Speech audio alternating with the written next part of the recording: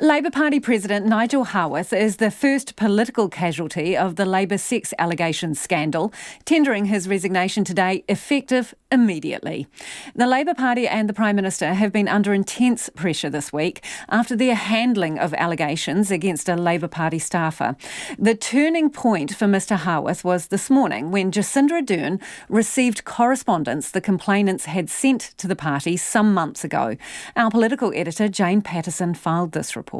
I do want to offer an apology on behalf of the Labor Party to those complainants in this case who have gone through a process that I believe has caused them harm. Jacinda Ardern apologising to the group of complainants after reading some of their communications to the party this morning. We sought that correspondence and upon reading that it became very clear to me that despite the best intentions, despite the plans of the party to conduct a process that they thought would bring resolution, it caused harm. Ms Ardern contacted Mr Haworth this morning to ask him to explain. I raised my concerns with the party president and he offered me his resignation. Just to be clear, so Nigel Haworth is still maintaining that he didn't know about the sexual allegations, but you're not confirming that you've seen evidence to the contrary of what he's saying? Again, I'm stating that the party maintains the statement and position that it released yesterday.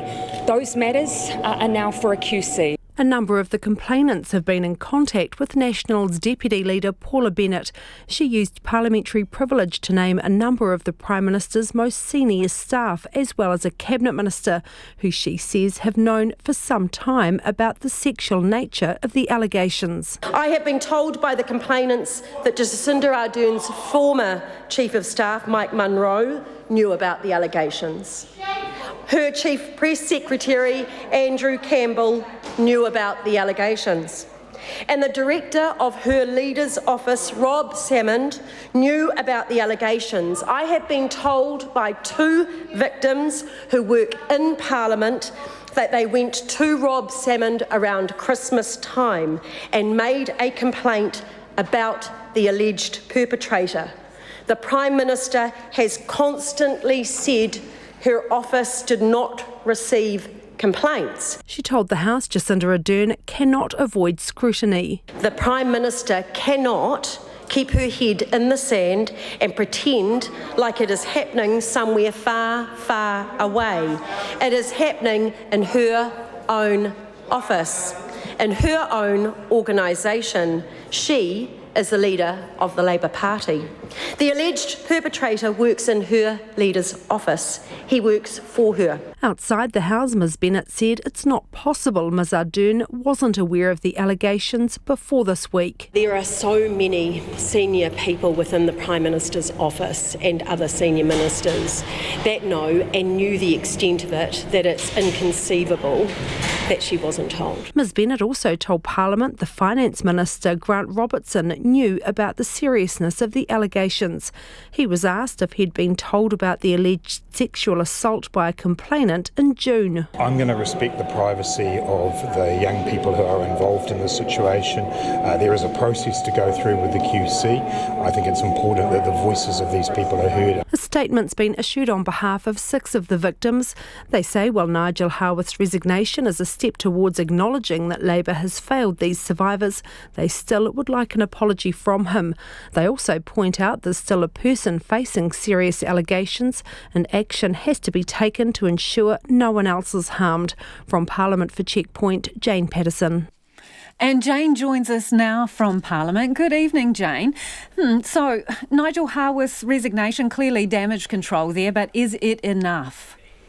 Look, this will cauterise the wound for Labor for now. This is a high-profile resignation. It occurred after Ms Ardern and Mr Haworth talked this morning after she read that correspondence and clearly saw massive problems with the way that it's been handled. But there is still pressure on her and, as you've heard, on Grant Robertson, on other senior staffers about who knew what and when. And the main question for Jacinda Ardern is still how was she able to take the assurances from the Labor Labour Council that the allegations were not sexual in nature when there'd been so much publicity. And when that question is put to her, she keeps saying that she took those assurances after asking the council several times and took them at their word. So I think with Nigel Haworth gone now, it takes a bit of the heat out of the questions about his handling of it and what he knew. But now Ms Ardern will be hoping that it will be pushed down the track of that QC review, and at that point, when it's reported to her, there will be more questions, of course, about what had happened, but she'll be hoping that the heat has gone out of this issue in the meantime. I would note that the staff, the man at the centre of the allegations, Ms Ardern, said this afternoon that he is still employed by Parliamentary Service, and she's taking advice on that situation, but there haven't been any work-related complaints made to his employer, Ms Ardern says. I also understand that he has quit any position, any elected positions that he did hold in the Labour Party, and is not having anything to do with party events or anything else while these allegations are still under investigation. It's interesting, as you say, Jacinda Ardern has said that she sought reassurances and were given them, but today she's sought, independent documentation. Why couldn't she have done that earlier? Has she said anything about that? No, she hasn't, and that was an interesting point. She said that they sought the correspondence. She went and asked for that correspondence because obviously the line of questioning had become pretty fraught yesterday, and the discrepancies were becoming very clear about what the party had been telling her and what had been reported in the media or accounts that had been given to the media. So she very much gave the impression yesterday that she was going to leave it up to the QC to look at everything in totality, but obviously felt that more direct and more urgent action was needed. So looked at those correspondence, and it sounded like they really did, of course, raise some major alarm bells for her.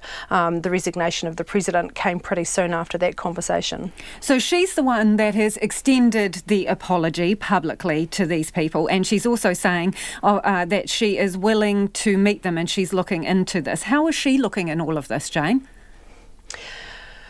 She hasn't looked great. I think today was probably a much better performance because there were consequences. Up until now, it's just been a lot of people with conflicting accounts, her fielding questions on the basis of information given to her. But in the end, she is the leader of the Labour Party. She is the Prime Minister, and some kind of response was needed. And I imagine that that's what's prompted that request for that communication today. I think she'll be on a stronger footing now. The party element of it has been dealt with in a manner.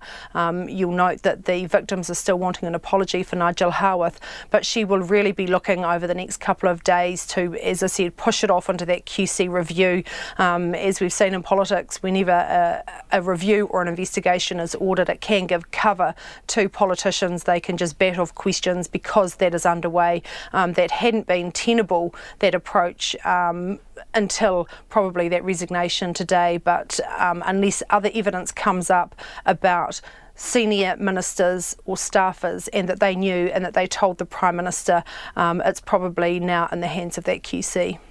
Thank you, Jane. That is our political editor, Jane Patterson. We should say we did invite the Prime Minister, Jacinda Ardern, onto Checkpoint this evening, but we were told her schedule was too busy.